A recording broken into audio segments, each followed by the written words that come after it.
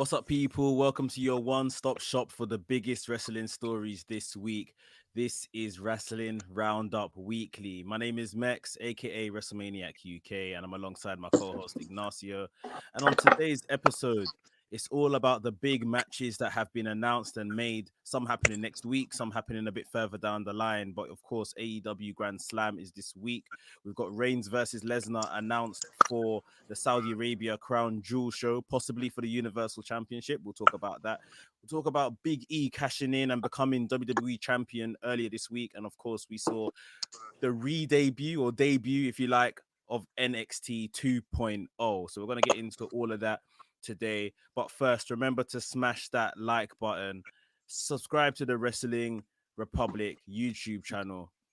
And yeah, let's get into this show. Ignacio, how you doing today? Pretty good, sir. Pretty good, man. We got a lot of good topics to talk about and really psyched about it. This is going to be a really good show. Yeah, definitely. Of course, we're coming to you guys on a Saturday evening. For us in the UK, Saturday afternoon for you guys in the States. It's just a one-off. We'll usually be back on our Sundays. So yeah, we hope you can join us and you enjoy the show today. But let's firstly start with the big matches that were announced this week. Let's start with the WWE side. Reigns will defend the Universal Championship if he gets past the Demon, of course. He will defend it against Brock Lesnar in Saudi Arabia in October. Now, firstly, I don't like the announcement of this, especially just done over social media, because we haven't had enough. Of course, we saw Brock in the Madison Square Garden SmackDown last week appear. They done their thing. I thought that was a really good segment, but there's been nothing in the way of, to be fair, Roman accepted his challenge, but why Saudi Arabia? I think we know why, because of this. But I mean, Yeah. why? Yeah, it's like he's already got Finn Balor, in the works. Brock Lesnar, yeah, he's been creeping since SummerSlam, and now even a little thing with Big E is starting. So Roman's got challenges like lined up, sort of thing. What did you think about the inevitable announcement? I guess. Well, I mean, going back to what you mentioned before, I mean, the Saudi shows have been the most, I want to say action packed, but the most, as far as the card, have been the most stacked cards since they started doing the business with Saudi Arabia. They've Yeah. gone leaps and bounds above WrestleMania, in my opinion, because just like you said, it's money driven. They generate more revenue for WWE. I think they're making something like $50 million a show or something like that. And I don't think Wow. WrestleMania. Let's take the pandemic stuff out of it. I don't think WrestleMania has been generating that many dollars, nowhere near that figure, for the past 5 years or so. I think the Saudi shows generate more money, most definitely, way above any WrestleMania has done in the past 5 years. So that's really what it's all about and boils down to. Now, as far as the announcement when it comes to the social media, and for that matter, I mean, it was going to be inevitable anyway. I mean, everybody knew that Brock was going to face Roman in the coming future. Some people thought it was going to be at Survivor Series. Yeah. I don't mind being at a Saudi show because I think that's not the first time we're going to see Brock Lesnar and Roman Reigns. I know they've already announced that Big E's going to face off with Roman at Survivor Series, like a champion versus champion deal. That's just like they've been doing. So we're probably going to see him again at Royal Rumble. But yeah, I'm psyched about the angle in general. I think Yeah. this is a genius program. I think it's the best thing WWE has going now that I know we're going to get into it later on, but now that Bobby's lost the belt, dropped the title, I think this is the best thing they're doing right now on their show. Yeah. That's I will give it to them. Like that MSG show or SmackDown last week, I thought was really good from top to bottom. And then everything they did with Brock Lesnar, and it's the fact that like Paul Heyman's in the middle. It's like Oh you my knew about God. this. Oh no, I didn't know about this. What's he talking about? I had That no clue. And that segment, and I'll admit that I didn't catch that first hour of SmackDown when we did the show mm, last week. If I caught it later, and that would have been my highlight of the week because man, that whole angle, that first segment was genius, and it had Paul Heyman written all over it. I mean, his face, his facials, and everything. When Brock's Yeah, like, "Why didn't you tell Roman I was coming to SummerSlam?" And as Roman was walking away and snatched the title away from Heyman, Heyman was like whimpering, like yeah, crying and everything. Man, he played the part beautifully. yeah, That whole segment was genius. Everything that was outlined, including the fight sequence and everything afterwards, it was great. yeah, Absolutely yeah, unbelievable. yeah. It was really good. It was really good. I mean, now they've put it in the middle of Finn Balor chasing down the title as well, and Finn Balor's already had one title opportunity on SmackDown. He lost to Roman Reigns. The following week, or even as Roman was walking out of the arena, we saw Yeah, the red of the lights of the demon. Last week, we saw the demon actually appear on SmackDown after the main event segment, confronting Roman Reigns, going face to face with Roman Reigns. Finn Balor, the Demon, and the Demon on WWE. So Finn Balor, the Demon, has lost twice. I think both times have been in NXT. Um, the main roster has super protected him as the yeah. Demon. Is there any chance in this world he beats Roman Reigns? No, no way. Well, and the only reason why I kind of double backed and maybe thought about it for a second is Yeah, Vince McMahon always said that Finn Balor wasn't anything without the demon gimmick because Vince McMahon likes the whole gimmick deals or yeah, whatever. yeah, You know what I mean? The yeah, character. But I mean, no, there's not a chance and not a chance in hell that they're going to give Finn Balor this avenue to become world champion and all this stuff or universal champion. I mean, it's going to be somebody of major significance to take the title off of Roman. And I don't think Finn Balor has a chance. I don't think Vince McMahon really thinks too much about Finn Balor. I think it's just filler yeah. until somebody of more significance in Vince McMahon's eyes to take that title off him, somebody he thinks it's worthy. And Roman's already had the title for over a year already. So just to give it to somebody in Vince McMahon, because I like Finn Balor. I'm a big Finn Balor guy, but in Yeah, Vince yeah. McMahon's eyes, to give it somebody to like Finn Balor, no way. I wouldn't be surprised if they dropped the title to Brock, right? Or, I can't think of anybody else that they're building up to that point. Damian So Priest, I mean, I'll not answer Damian. that question. I'll answer that question in a second. So I agree. I wholeheartedly agree. Although I still think Mark the time. WWE, yeah, I think WWE will still keep Finn Balor the Demon strong. So I think Brock Lesnar is going to interfere with that match at Extreme Rules. If Roman pins the Demon, it's very believable because Roman's on a complete tear right now. But I think Yeah. they know that's a possibility where they're basically putting the Demon in a coffin if Roman beats him. So Brock Lesnar could come out and interfere, but at the same time, are you going to end a pay-per-view main event with an interference and not an actual finish? Yeah. Unless Roman still pins him, but yeah, there's some distractions or something. That might be the Shenanigans. way Yeah. to do it. In And I terms think of who you you could be think, right. go on, sorry. You could be right because they already Finn Balor, when he came back a couple of weeks ago after being off TV for 2-3 weeks, Mm, uh, came back and just mentioned that he still remembers John Cena shenanigans, and that he won't yeah, forget it. So we might have John Cena coming with Finn Balor, coming for Finn Balor, or Finn Balor coming after John Cena in the weeks to come. So you might be right, and we might see some shenanigans as far as the match with Roman at Extreme Rules, right? And have Roman having to retain the title, but I think it's just much ado about nothing. I don't think this. I don't know when Finn Balor's contract is up, but I think this is his last good run before he says adios to maybe. and the way I know we're going to talk about it in a little bit as far as the way they've restructured NXT, but I don't see him being in NXT now the way it's been restructured. So No, no. I think it's the way his contract's coming up and so forth. He might be saying adios too. So this is probably his last good run. Yeah.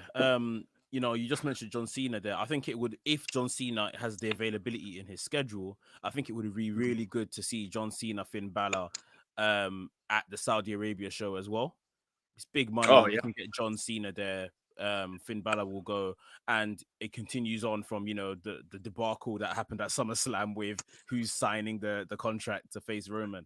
So that could be a yeah, good stage. Balor, I would say, would need to win.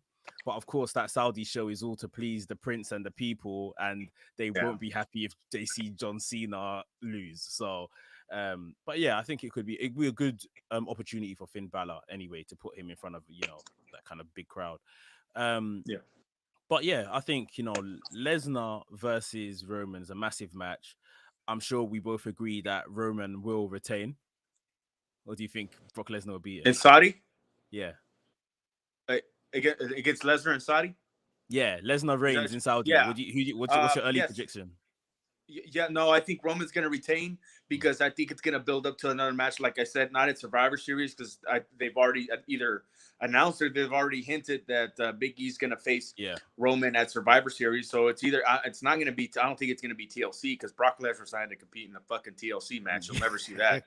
But Yeah. I think they'll build for the Royal Rumble, and there at that time at that date at the Royal Rumble, I can see maybe there a chance that Lesnar takes the title off of Roman. But then again, it's so close to WrestleMania, and Roman up until then he's already had the belt for over a year. So why not just drag it out to WrestleMania? So in this case, yeah, I do see Roman keeping the belt at keeping the title at the Crown Jewel and the Saudi show, and then possibly maybe if anything, Brock taking it off him at Royal Rumble. And just going back to your earlier question of who will be the guy, because they're not necessarily building stars right now, who will be the guy to pin Roman? My money is on Drew McIntyre. Like Drew Ah, McIntyre.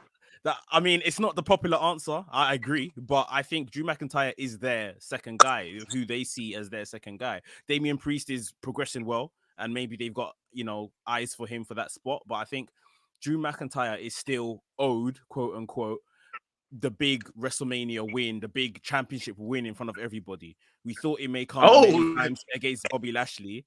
It didn't.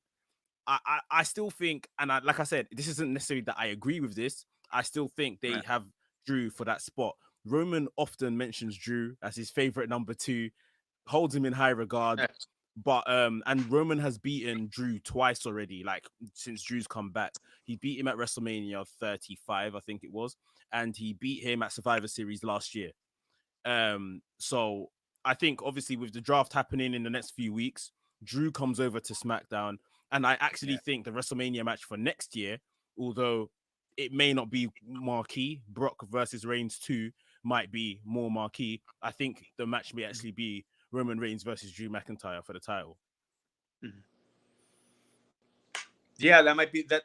Yeah, you're right. That match is more marquee, but I think no. I think Vince McMahon has kind of because who's been Drew McIntyre been on TV with Jinder Mahal and now Jinder Mahal and doing and rubbish, and yeah. he got pinned clean by Damian Priest. Man, the Yeah. mighty have fallen. I think it's the case of the Lex Express, like I explained a few weeks ago. I think Vince McMahon's kind of pulled back and soured on Drew McIntyre just a little bit. He realizes that the crowd still loves him, but Yeah. it doesn't matter what the crowd thinks. Vince McMahon doesn't matter what the crowd thinks. What matters what Vince McMahon thinks, and I think Vince McMahon's kind of pulling back and soured on old Drew a little bit. Not to say that matchup isn't going to happen, especially if Drew gets drafted to SmackDown. The match will happen eventually. Mm. I see it happening at Royal Rumble, but no, I think Roman's gonna take the title all the way through WrestleMania. But I couldn't tell you at this point who his opponent's gonna be because they're not really building anybody right now. Yeah, it is hard to tell. I think Drew will come over and from SmackDown and be the challenger. He'll go on a bit of a tear, have some good matchups with other guys, and eventually work his way up the card to Roman. Um, Harry Davis, hashtag Wrestling Republic Mania. Why? Because we're booking the card. All right, let's move on. Let's talk about the other side in AEW, and obviously they've got this Grand Slam show coming up this week, which the card in some points just looks absolutely crazy. Just to name some of the high profile matches, if you like, we got Cody Rhodes versus Malachi Black. We've got John Moxley and Eddie Kingston versus Minoru Suzuki and Lance Archer. Um, and of course, the big match. We've got the women's match, Dr. Britt Baker versus Ruby Soho for the women's title. And then, of course, the dream match, Kenny Omega versus Bryan Danielson. No title on the line. Um, but yeah, this is literally dream match territory. Like, what's your opinions on this match and when it was announced? Brian Danielson and Kenny Omega, right? Yeah, Oh, it's gonna be, it's like I said, I don't slam Kenny Omega all the time because, like I yeah, said, when he's serious and he can be serious and he does the job, he concentrates on being serious and being a good worker, whatever, he can do it. He can have good matches that make sense and he can sell when he wants to. So I don't think Daniel Bryan's going to put up with any shenanigans. I think Daniel Bryan's gonna call this match down the road. I think it's going to be a great match. And I know everybody, they've wrestled in ROH and so forth and all that, but I mean, they're this has they're been a long pretending time like coming. they haven't though. They're Huh? pretending Yeah. they're pretending like they haven't. They're saying first time Yeah, ever. but I mean, you can look. I'm pretty sure I haven't done it, but I'm pretty sure you can find them on YouTube or whatever. But I mean, Yeah, I think it's safe to say that Daniel Bryan is not past his prime. He's still as good as he was maybe 3, 4, 5 years ago. Yes, he's had to alter his move set and so forth because of the neck injury or the concussions or what have you. But he's still just as good. Both these guys are still in the prime. Brian's still got yeah. another 5 years left in him if he wants to continue wrestling. So, I mean, it's going to be an incredible match if it's outlined properly, if it's taken seriously. I don't know. I don't see us seeing a clean finish, though. I think there's going to be some shenanigans, and I think people are going to be very disappointed in that. And Who of do you? course, it'll lead to another match. Yeah, who do you think wins? Well, a lot of people would think that because there's no title on the line, it would just make sense to have Danielson win. Daniel Yeah, Bryanson win. So if he wins, because one thing I didn't like, and I'm kind of glad that they went with a no title kind of exhibition kind of match, I guess, yeah, or whatever you want to call it, is if you fit Daniel Bryan in there and it's like this guy shows up from the other company and the argument is that he hasn't wrestled in AEW and they take the rankings somewhat seriously. yeah. They do. You know what I mean? So if he beats Kenny Omega in this exhibition, whatever, does that make him the number one contender? Where do we go from there? That's the only question. That's true. Um, That is very so true. I think with some shenanigans, there'll be shenanigans involved, but I think Daniel Bryan pulls off the victory. But it's going to be some interference deal, some schmaz, and the Elite makes a mistake and causes Kenny the loss or whatever. Yeah, maybe. But yeah, like you said, I think this is, as close to the best match on paper that anyone could put together, anyone can dream of right now in terms of active performers. Kenny Omega, obviously world champion, IWGP champion in the past. Danielson, probably, one of the top 10, top 5 best wrestlers today. So, yeah, massive, massive match. And, like we said as well, they've got other matches on the card. They're really going for it, AEW. Don't you think? Like, even with, They're blowing. beating Raw in the demo, was it last week or 2 weeks ago or so? They beat Raw in the age demo that they're all after, the 18 to 50 something, I think it was. Why? Think they beat Raw 2 weeks in a row already, and they're gonna blow them out of the water this week. I mean, they got not one but two amazing shows coming up. The Rampage has got a pretty good card too, for it being Rampage. You know what I mean? They got an awesome card coming Yeah, up, and it's gonna be a 2-hour show. So yeah. they're just gonna blow them out of the water this week, at least Raw anyway. And we'll talk about NXT in a minute, but I mean, yeah, they're gonna blow them out of the water. It's an amazing card from top to bottom. It's a pay-per-view like Literally, card. yeah. I just they can follow it up with a great pay-per-view card at Full Gear. Yeah, yeah, definitely. Did you see Rampage from last night? I did. It was a Jesus. Much No, Ado okay, About cool. Nothing show. Thank You you. have So this. I wanted to ask you before you go any further, I want to ask you, now the dust has settled a bit, what's your thoughts on Friday Night Rampage? Because I remember specifically Tony Khan saying this isn't going to be the B show. But what's your thoughts on Rampage so far? There's always your flagship show and your B show. I mean, he can say that. That's not true. This is basically, because I remember it might have been our first show or maybe our second show where you were like, well, I just feel like there's no distinction between the two. Yeah. Between Dynamite and Rampage. Yeah. And I said, well, they got to find their footing first. They'll find a way to differentiate it, especially with all this new talent coming in. More, there's some new talent's going to be featured more on Rampage, more so than Dynamite. And I think they're going to get there. But the whole purpose is that at the beginning, TNT told Tony Khan we want a 3-hour show, and I think Tony Khan told them no, we'll give us another show, but we're not going to have a 3-hour show because look at Monday Night Raw. So this is basically, this is Dynamite Part 3 or whatever, third hour of Dynamite. But I mean, it's been pretty solid. I think last week's show is the worst show that they've done so far. I mean, you have the fucking fake luchador and Fuego del Sol. I don't know too many luchadors that come out that are from Mobile, Alabama. I'm from Texas, the Rio Grande Valley. You'll see real luchadors there. He's not genuine. It was ridiculous. It was fucking ridiculous. It was embarrassing. But I like Miro. I love what he's been doing. But anyway, back to it's basically been third hour of Dynamite. But I mean, they've had solid shows up until that one. They got a big show coming up next week, right?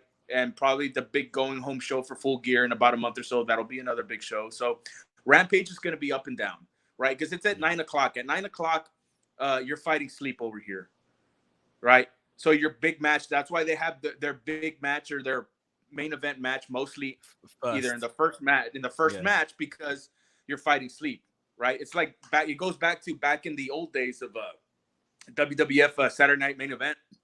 They had the big main event match either first or in the middle because you're fighting a sleepy crowd. You're fighting sleep, or everybody's going out to meet the friends for drinks, or and that's taking what the I family thought. out to bowling or whatever.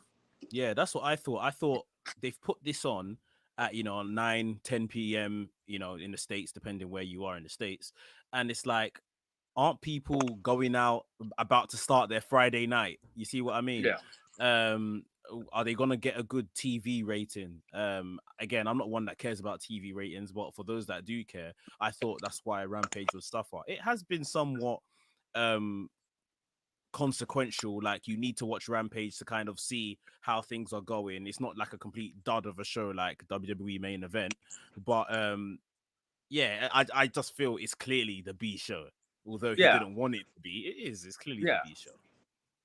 There's it's no different than when WWE or the F came out with Raw. I mean, Raw wasn't even the A show when it first came out. It was still the B show. WWE Superstars on Saturdays was still the A show up until about maybe a year, maybe two. Then Raw became the A show. But it's the B show. It's obviously the B show, but that's why they're stacking their roster with talent, because they still want to have competitive matches on Friday nights. Yeah. But like we're saying, they're doing a brilliant job.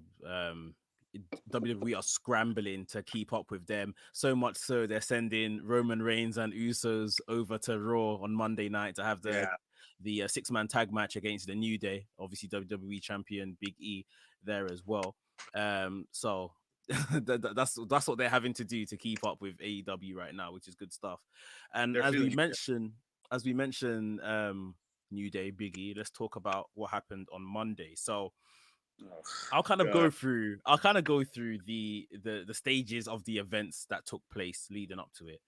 And obviously afterwards, Ignacio, you can kind of give your opinion on everything. So I believe it was either Sunday night, Monday morning, where the dirt sheets had done what the dirt sheets do and said that, Big E and Samoa Joe were going to be on Monday Night Raw. That was the plan. So Big E to threaten the cash in, Samoa Joe to sell NXT 2.0. Samoa Joe then obviously relinquished the NXT title. I think Vince probably realized, hold on, Samoa Joe's here. I fired him how many months ago? He can't be my champion. Samoa Joe was injured, and he can't. He's not the champion anymore. The championship was vacant, and we'll get onto what happened there later on in the show. Mm-hmm. Big E still appeared on Raw, and Big E sent out a tweet saying that, the cat's out of the bag. I will be on Raw on Monday night.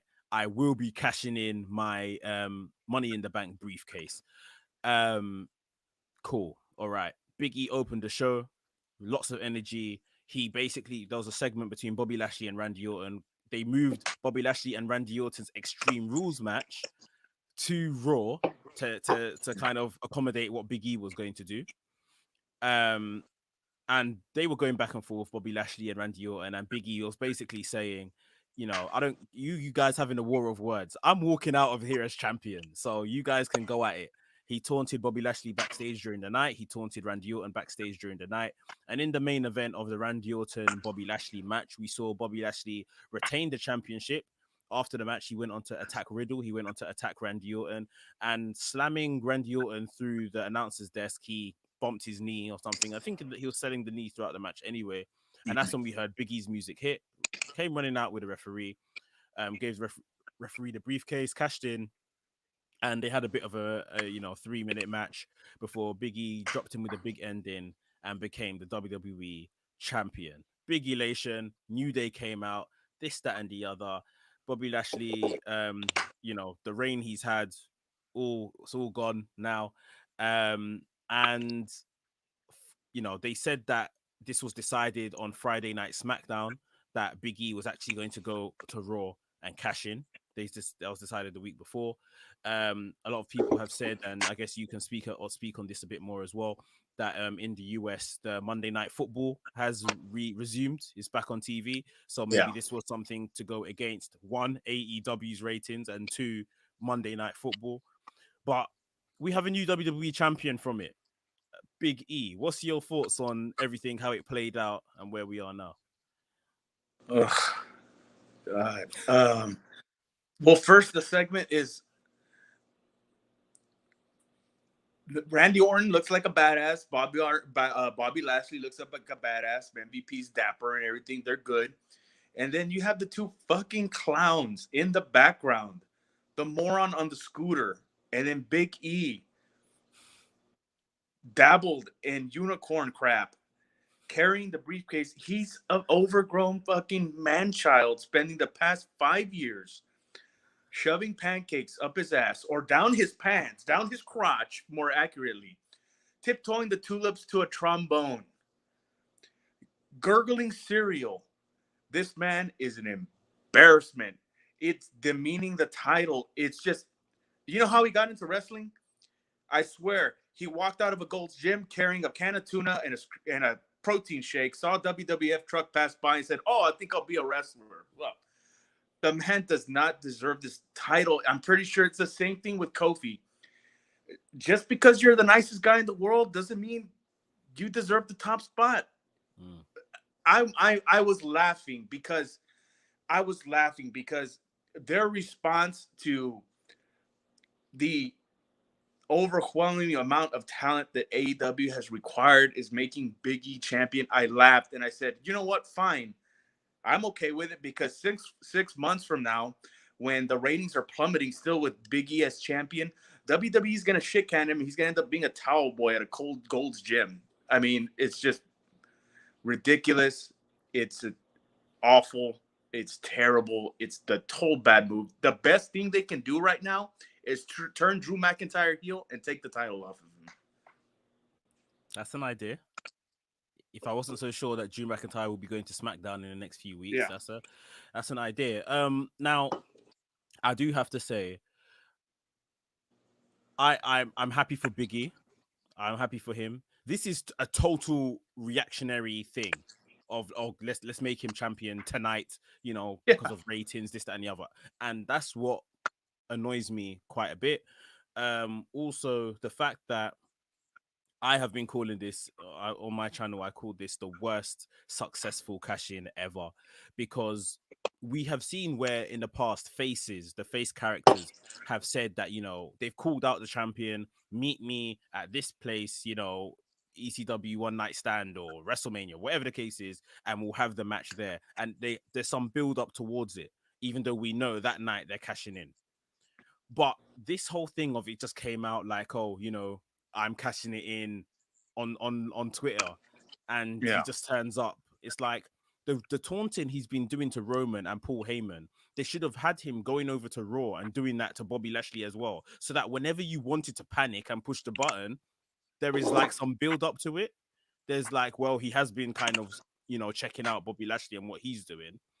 Um, Roman said it best after he won. WWE posted a picture on Twitter about, this is the new WWE champion, Big E. Roman quote tweeted it saying, "Smart move, that you can't cash in on me, so you better go to the other show basically and cash in."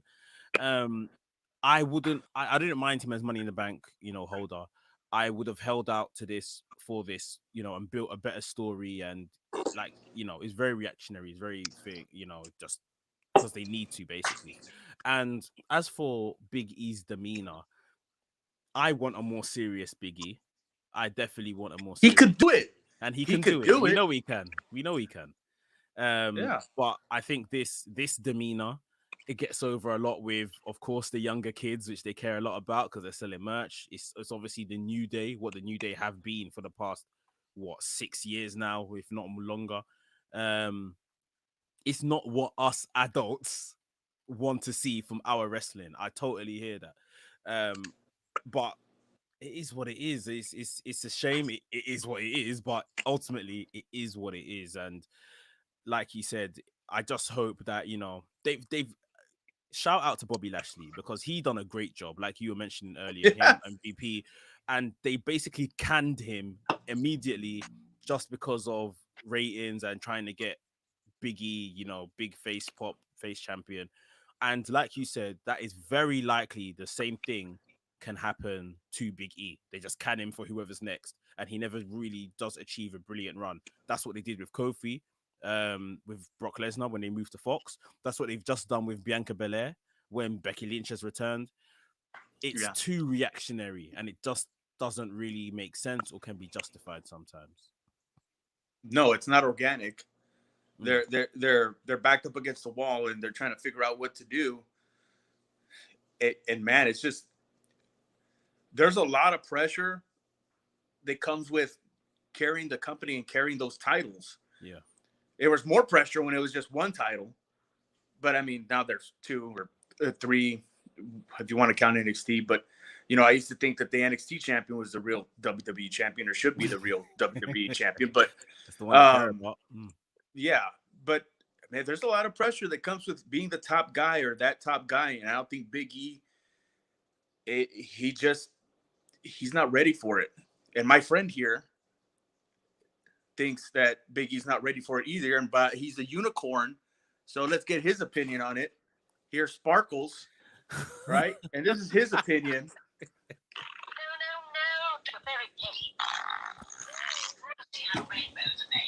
That's his opinion on Big E being the WWE champion. That's pretty much mine too.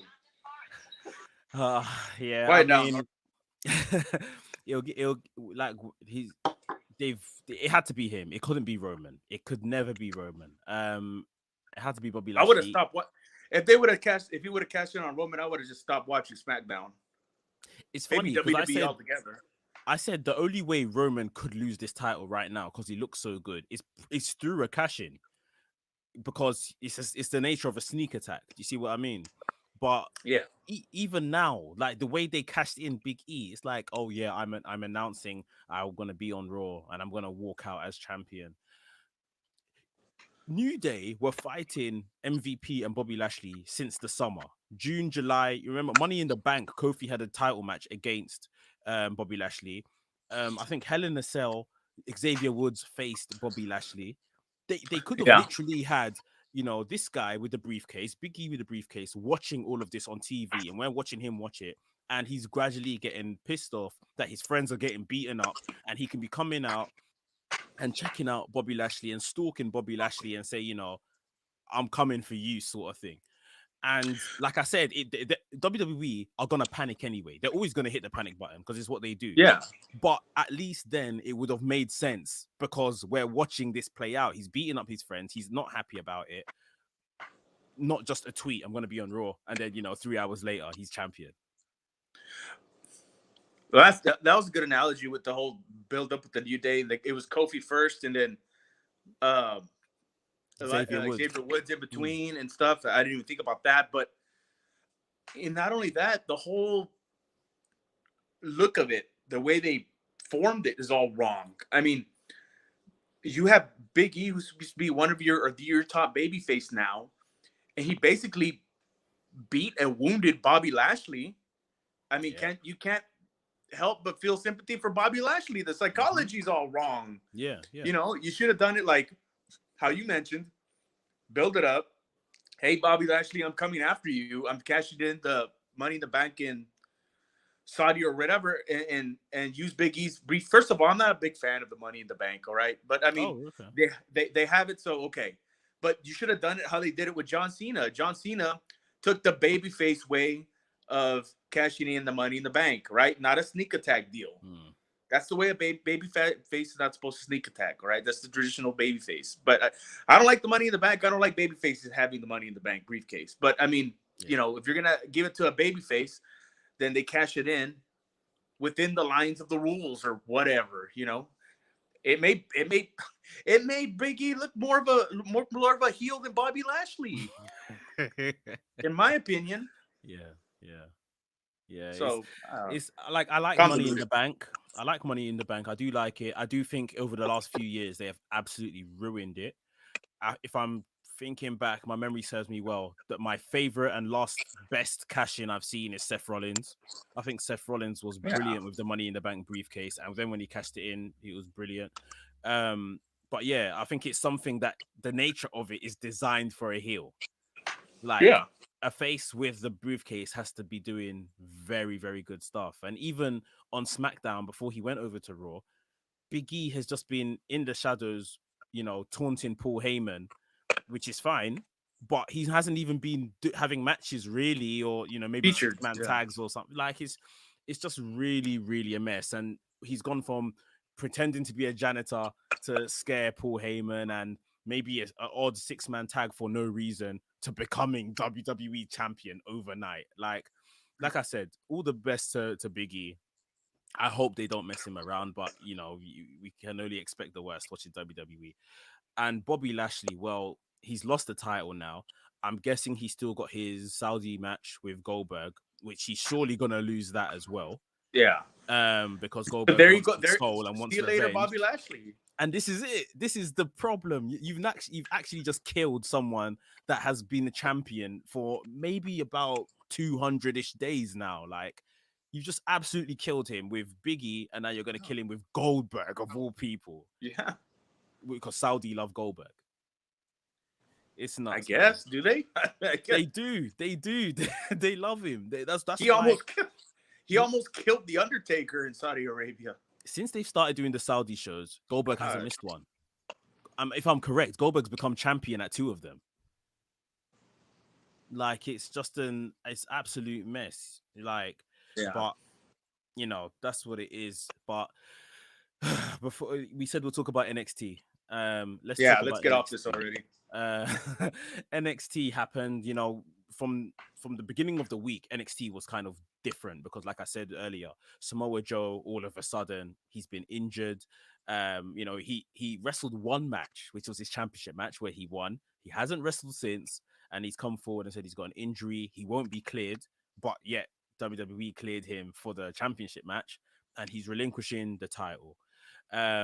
He's obviously, I guess, backstage doing his little scouting job for WWE now in recruitment, looking for new stars or ex NFL, whatever the case is. All the best to him.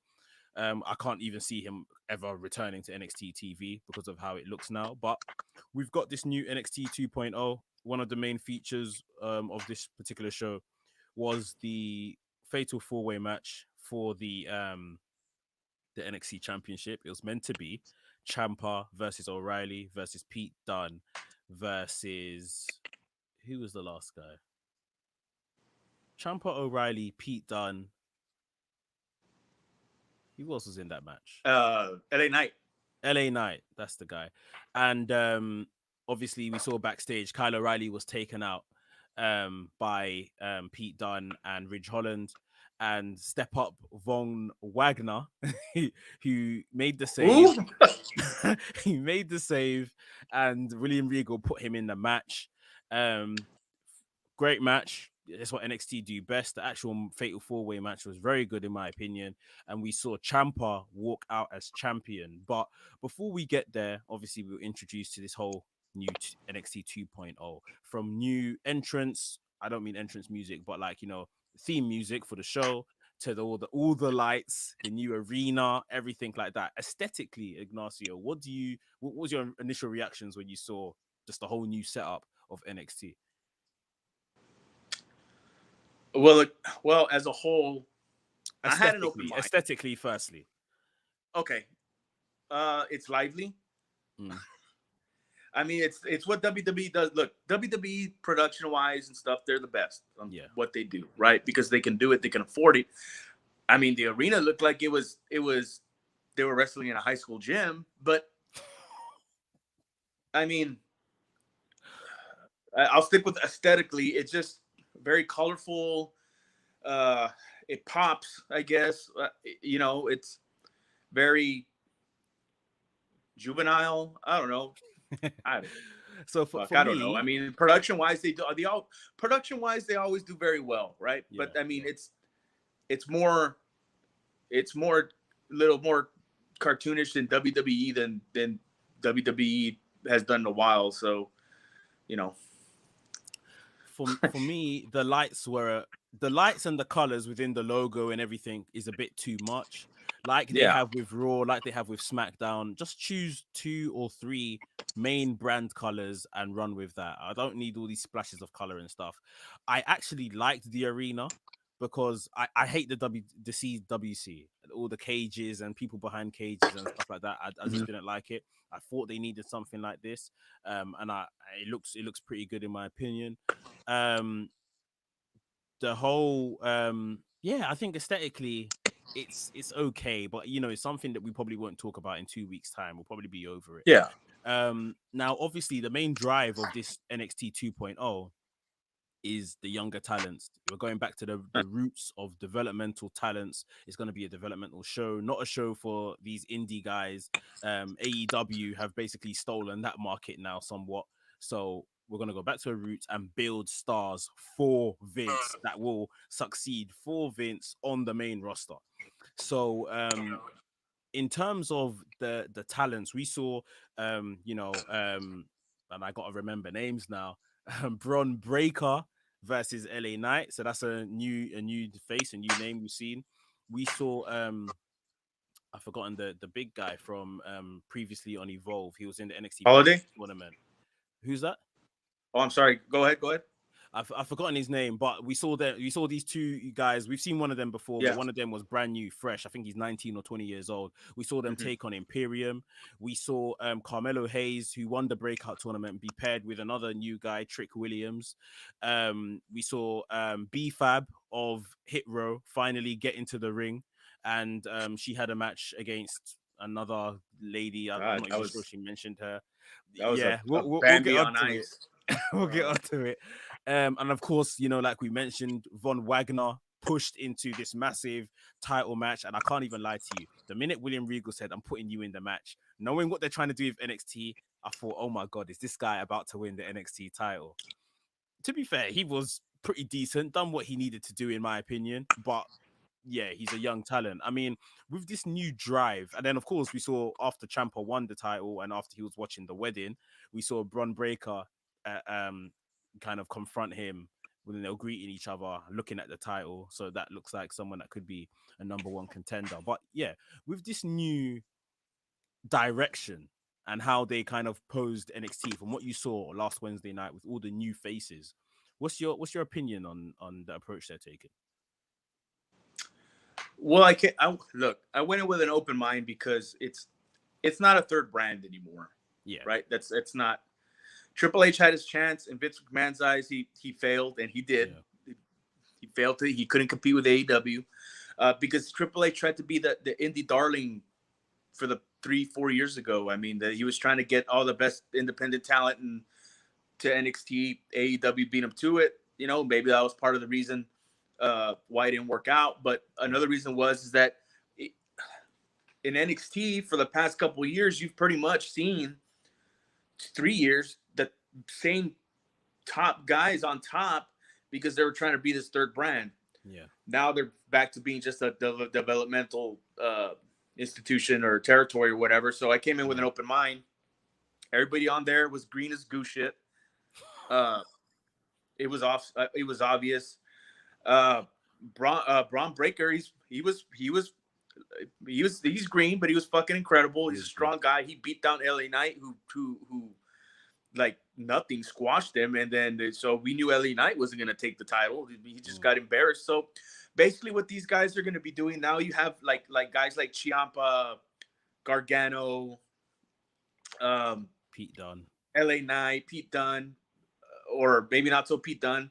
Maybe he'll be in that group that they're going to feature. But the older guys, I guess you can say, the veterans, Samoa Joe, maybe if he comes back, I doubt he is. But the older veteran guys that have been there in the NXT for a while, or even anybody they might bring in who's been a veteran and they bring into NXT for whatever, they're pretty much going to be the player coaches. Yeah. Teaching these guys how to develop a match, run a match, so forth. And so on, and how to outline a match, how to call a match. They're going to be calling the shots in all these matches and so forth. So, I thought it is what it is. It's a developmental tour, so I didn't think it was too bad. I mean, it's what I expected. If they're going to feature nothing but new talent, I mean, these guys are going to be fucking green as shit. I mean, look at the Bambi on Ice. She had her first match, and it was fucking horrible. But, I mean, she's great on the mic. Yeah. Her what's her name again? What do they call her? B-Fab. I mean, her character, what she is, that's her, or at least her turned to the volume times 100 when she does her promos. She's good. Keep her as a manager maybe or something. I don't know, but that was awful. She needs a lot of developmental to do coming her way. Braun Breaker, I think, was everybody thinks probably the star of that show. He put on a power display. He did good, and then everybody else is just in the mix to impress anyone, catch Vince McMahon's attention and so forth. So I'm not going to put too much stock into this show like I did NXT before as a brand. I'm just going to watch it, just see who's up and coming, enjoy what I can, but not try to tear it up too much because these guys are fucking brand new. I mean, they're getting their training wheels on. So and I thought it was okay. Yeah, I think that's the right approach to take. We just have to watch it like we are watching people learning. These guys, like B-Fab, that's her first televised match. She's been on the Florida circuit and stuff. She's had, I think, 2 or 3 matches before that. But this is them learning, baptism of fire kind of stuff, learning in front of a live crowd on TV. Like, they're gonna make mistakes, they're gonna mess up, as well as the B-Fab match that you mentioned. I thought the Carmelo Hayes Trick Williams segment, it was just a talking segment, a promo segment, and I don't think they did what they were sent out there to do. Braun Breaker, like you said, I think head and shoulders above everyone else, definitely in ring. I saw someone tweet that they should send him up to the main roster and give him like a 2002 Brock Lesnar type push. He's very, very good. I think obviously he's a Steiner, isn't he? So it kind of makes sense that he is much better than those around him that have probably come from other sports and stuff like that, where your father is someone that was in the business. But yeah, like you said, it's a developmental show. Take it for what it is. You'll be sprinkled with stars here and there. Ciampa taking the title, I think it's good. I was happy. I wanted Pete Dunne to win it, but I thought when Ciampa won it, I thought this is Vince kind of killing off the old guard now. One of his newer developmental guys will take the title. Yeah, because they mentioned is it Ciampa or is it Gargano's contract is coming up in December, or Ciampa's, or either one. Gargano, 31st of December. Yeah. So he's gone. They're not. Why are they going to sign him back? Unless he's like, you know what? Let's keep him here for minimal salary of whatever they're paying him now. And like I said, he can play player coach. Yeah. So all these guys that are coming up, Vince McMahon has his hands all over this, obviously, because I mean, all these guys that were featured on this show, Holiday, Von, right? That was his name in the main event. Von Wagner. Von Wagner, Holiday, Braun Breaker. These guys, they're gargantuans. They're fucking huge. All like this. All tall. Yeah. Carmelo Hayes, he's not really a small guy either, but, in stature, right? But he's stacked up. So these are But then the guy guys. They put next to him, Trick Williams, tall guy. These are They're big guys. Mm. Vince McMahon, and I'll agree with them. I got tired of seeing all the cookie cutter flip flop and fly fucking bullshit that we see all the time. Every time I go to an indie show, it's featured. Yeah. He got tired of this indie Approach. featured approach. Yes, so I don't know. Maybe we'll finally get to see some superstars develop, and they can move them up to the main roster and try to catch up with AEW. But I don't see that ain't happening anytime soon. Try Braun to Braun catch up. Break Braun Break Breakers. He's gonna be good. He's gonna be a superstar, right? But not anytime soon. He's nowhere near ready. You know. Yeah, yeah. I'm not too sure on his character as well. Do you remember he was doing like this kind of goofy stuff backstage? In the ring, he's all business, but Yeah. backstage he's all a bit, oh hi, like I'm happy to be here, like this, that. I was like, relax, like. But I know that's the Yeah. character they've given him, and yeah. I mean, again, like you said, let's watch it for what it is. Let's see if we can see who's next, who's upcoming, and again, you mentioned Johnny Gargano. I'll just get your thoughts quickly before we move on. On Pete Dunne, it was announced this week that he signed a new 3-year contract with WWE stroke NXT. What's your thoughts on Pete Dunne sticking around for another 3 years? I think if they were what came to my head if they made that kind of commitment to him, uh, another 3 years. Eventually, he'll be the top guy in NXT, but I don't think they would have signed him for 3 years for that long unless they had any plans of moving him to the main roster Yeah. in some form or fashion. Mm. Maybe within the next year or so, because I don't think he'd want to. I don't think he'd want to be playing around there on NXT with all the hop along gang Yeah. there that they have now. Unless he's going to be player coach. You know, uh, Maybe. or when's the last time? When's the last time he was featured on NXT UK? It's been forever, hasn't it? Well, yeah. Once he moved over to the States, and he's moved his family, his wife, Oh, okay. and his children are here as well in the States. So Well, then I say forget here. that. So yeah, for signing a 3-year contract, I mean, I doubt we're going to see him all 3 years in NXT. I think eventually Yeah. they'll make him a move to the main roster, and we got the draft coming up. So there you go. True, true. Yeah, I thought it was a pretty good move. The minute someone's contract is up, everyone's immediate answer is AEW, AEW. But Pete is still pretty young. If I'm correct, Pete Dunne is maybe about 27, 28 years old. So even 3 years down the line, he's only be about what, 30, 31. Still plenty of time to have a big move or move on and, have a career elsewhere if that's what he wanted to do. So I think he done the right thing in sticking around, and he probably very similarly to Adam Cole. Although I know Adam Cole is the face sort of thing. His contract Yeah. actually ended in June or July, and they gave him this little extension period before his contract ran out again last week or a couple of weeks ago, and then they've now offered him a 3-year contract. So yeah, good on him. I guess it's the money. He's got a family to raise, so he's made a decent choice for Uh, now. Let's see how they use him for the next 3 years. But we're running out of time. Let's move yeah. on to our highlights of the week. So, have you got anything straight out the bat you wanna mention? Yeah. I mean, I think hands down it was Adam Cole's debut. I think he had an His amazing match with Yeah, Kazarian. Kazarian. Man, isn't Kazarian like the unsung MVP? Everybody that comes in Definitely, has a definitely. spectacular match with the Elite Hunter. I mean, it was just an awesome match, man, from top to bottom. Adam Cole, man, he's not even he hasn't even scratched the surface on really, I think, how good he is or how much potential he has. I mean, he's going to be an absolute awesome. And this whole thing with the Elite, it's great, but I think he's going to turn babyface. The crowd's just waiting for it. I mean, they're just counting down the minutes, hours, days, whatever, before he turns the babyface, turns on the Elite. And I don't know if he'll be the one to take that title off of Omega, but I mean, he's going to be a babyface. I think there's an element of him turning on the Elite and actually pairing up with Adam Page. Oh, Um, Adam Page and him, obviously, they go back from their Bullet Club days, like the rest of them yeah. do. But even on being in the Elite, I think it was this past week's being the Elite. He was like, "Oh," he was chilling with the Young Bucks and Omega backstage or something. He was like, "Oh, You where's watch that Adam?" Like, shit? yeah, yeah. I, watched it. I used to watch it religiously, like when they were in Japan. It's you know what? Right now, it's not very good. I'll 100% agree.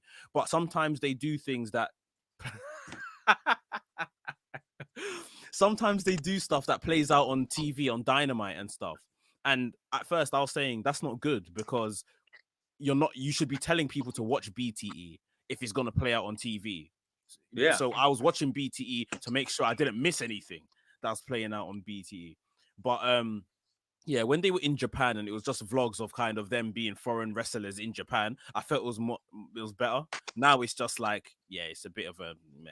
But yeah, um, yeah, I think he might actually pair up with Adam Page against these guys, which may then help, Adam Page eventually win the title or something. But no, I agree. I think Kazarian needs massive props.